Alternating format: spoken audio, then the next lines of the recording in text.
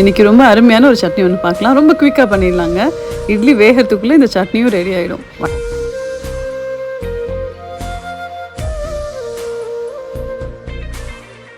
கொஞ்சமாக எண்ணெய் விட்டு காஞ்ச மிளகாவும் பச்சை மிளகாவும் சேர்த்துக்கோங்க. வெறும் பச்சை மிளகா போட்டாலே அவ்வளோ டேஸ்ட்டாக இருக்கும். ஒரு 2 இனுக்கு கருவேப்பிலை, கொஞ்சமாக புளி, இது தனியாக வதக்கி தனியாக எடுத்து வச்சுக்கோங்க.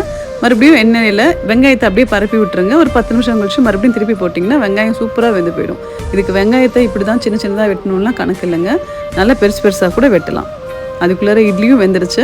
இட்லி எடுத்து திருப்பி போடுறதுக்குள்ளார ஒரு சைடு வெங்காயம் வெந்து போயிடும். மறுபடியும் அடுத்து தோசை திருப்புற மாதிரி வெங்காயத்தை அந்த சைடு திருப்பினீங்கன்னா வெங்காயமும் வெந்துடும். வெங்காயம் நல்லா வதங்கின பிறகு கலர் மாறின பிறகு கொஞ்சமாக உப்பு சேர்த்து ஏற்கனவே வறுத்து வச்ச பொருளையும் சேர்த்து ஆறின பிறகு மிக்சியில் அரைச்சி எடுத்துக்கோங்க. ரொம்ப நல்லாயிருக்கும் இந்த சட்னி. கொஞ்சம் கெட்டியாக சாப்பிட்டா தான் இது ரொம்ப நல்லாயிருக்கும். நிச்சயமாக ட்ரை பண்ணி பாருங்கள். எங்கள் வீட்டில் முதல் நாள் வச்ச மீன் குழம்பும் வெங்காய சட்னியும் அருமையாக இருந்தது எங்களோட டின்னர். மறுநாளைக்கு கொஞ்சமாக ஸ்டோர் பண்ணி வச்சுட்டேன்.